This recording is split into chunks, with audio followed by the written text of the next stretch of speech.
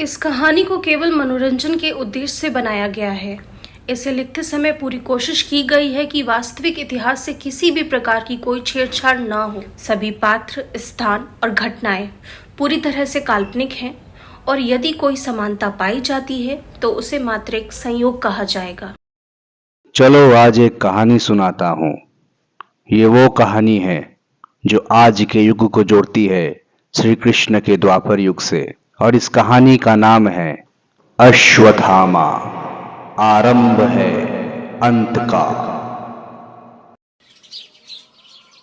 ये कहानी शुरू होती है राघव के बचपन से, जो महज 7 साल का है।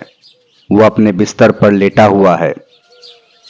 उसके कानों में उसके माँ द्वारा श्री कृष्ण का गाया जाने वाला भजन लगातार गूंज रहा है। आरती कुंज विहारी की, श्रीधर कृष्ण मुरारी की। राघव उठ जाता है। ठीक उसी समय उसके पिताजी उसके कमरे में आते हैं। Wishing you a very very happy birthday मेरे बच्चे। ये देखो पापा आपके लिए क्या गिफ्ट लाए हैं।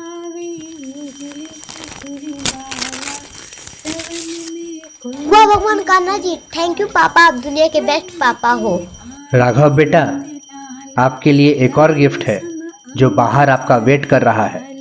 जाओ जल्दी से जाकर देख लो उसे। वाह, एक और गिफ्ट। ये इतना सुनते ही राघव बाहर की ओर दौड़ता है और एक नए साइकिल को देखता है, पर वो वापस अपने कमरे में आके श्री कृष्ण की मूर्ति को अपने हाथों में लेकर मुस्कुराने लगता है।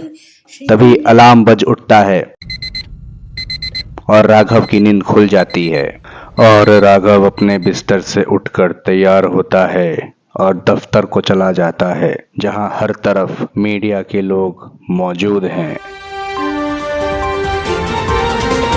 सीमा गुप्ता आर्कियोलॉजिस्ट खोज करने में सबसे अच्छी है। पिछले साल ही राघव गुप्ता और उनके साथियों ने पिरामिड में खोज करके काफी पुराने मम्मी के ताबूत को ढूंढ निकाला। तब से आज तक अनोखी अनोखी चीजें निकाल कर दुनिया के सामने इंडिया को रिप्रेजेंट किए जा रहे हैं ये लोग। और आज इन्होंने खुद प्रेस कॉन्फ्रेंस बुलाया है। लगता है कुछ स्पेशल तो है, तो बने रहिए हमारे साथ। सभी रिपोर्टर्स एक एक करके हॉल के अंदर आकर बैठने लगते हैं। कुछ समय बाद राघव मंच पर आता है और मीडिया को संबोधित करता है। नमस्कार सबको। जैसा कि आप सब लोग जानते हैं, हमने बहुत सारी खोज की है। मैं आपको बता दूं कि उन खोजों में सिर्फ मैं ही नहीं हूं। मेरे गुरुजी स्वामीनाथ जी, कैप्टन सिमरन, मेरे दोस्त एक्स आर्मी जोगिंदर और रिसर्चर अर्जुन का भी बराबर हाथ है। सर आपका नेक्स्ट प्रोजेक्ट क्या है? अरे सर जी, इसीलिए तो आपको यहाँ बुलाया गया है। और ये मैं नहीं, मेरे गुरुजी बताएंगे। आइए गुरुजी। नमस्कार। उपस्थित सभी सज्जनों को मेरा राम राम। अनाउंसमेंट से पहले मैं कुछ बोलना चाहता हूं। अभी भी काफी लोगों को लगता है कि रामायण और महाभारत जैसे महाग्रंथ श्री राम और श्री कृष्ण की जीवनी नहीं बल्कि एक कहानी मात्र है। अगर सिर्फ कहानी है तो फिर कैसे साइंटिस्ट जे रॉबर्ट ओपेनहाइमर ने केवल श्रीमद् भगवद गीता पढ़कर और उससे प्रेरित होकर परमाणु बम का आविष्कार किया? अगर रामायण काल्पनिक है तो फिर राम सेतु का निर्माण कैसे हुआ? दुनिया के हर पुस्तक के सभी कहानियों में कई राज छुपे होते हैं, पर हमारे सनातन धर्म के किसी भी ग्रंथ में ऐसा नहीं है।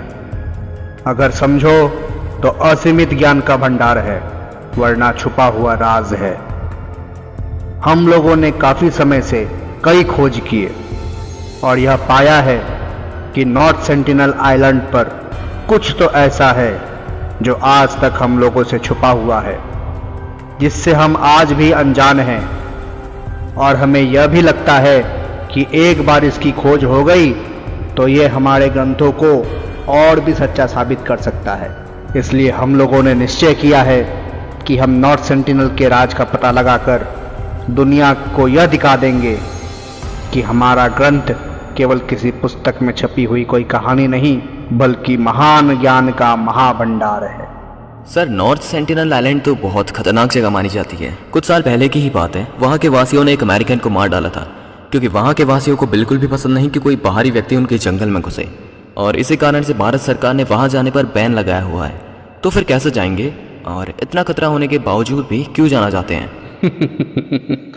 महोदय, माइथोलॉजी को हिस्ट्री प्रूफ करना हो या फिर हिस्ट्री को माइथोलॉजी से जोड़ना हो, इन दोनों ही सूरत में वहाँ जाना तो पड़ेगा ही ना। और जहाँ तक बात रही सरकार की, तो हमने पहले ही माननीय प्रधानमंत्री जी से बात भी कर ली है, हमें उनकी अनुमति भी मिल चुकी है। गुरु जी के आगे कुछ बोलने से पहले ही राघव खड़ा हो जाता है और अपनी बात बोलने लगता है। चाहे जान चली जाए, बस इतना समझ लीजिए कि मेरा जन्म इस राज को बाहर निकालने के लिए हुआ है। और बात रही खतरे की, तो हम लोगों से ज्यादा खतरनाक कोई नहीं, और ये सब बात हम अच्छे से जानते हैं। चाहे पोल्यूशन करना हो या एक्सपेरिमेंट के नाम पर डेंजरस वायरस बनाना। और एक बात हो, अगर हमें मौत का डर होता तो हम आर्कोलॉजिस्ट नहीं बनते। Thanks for coming. आखिर क्या बोलना चाहते थे गुरुजी? क्या है राघव का प्रोजेक्ट? क्या है नॉर्थ सेंटिनल आइलैंड का रहस्य? जानने के लिए सुनिए अश्वत्थामा का अगला एपिसोड। लेखक राजकुमार एवं अमित कुमार। मूल कहानी राजकुमार।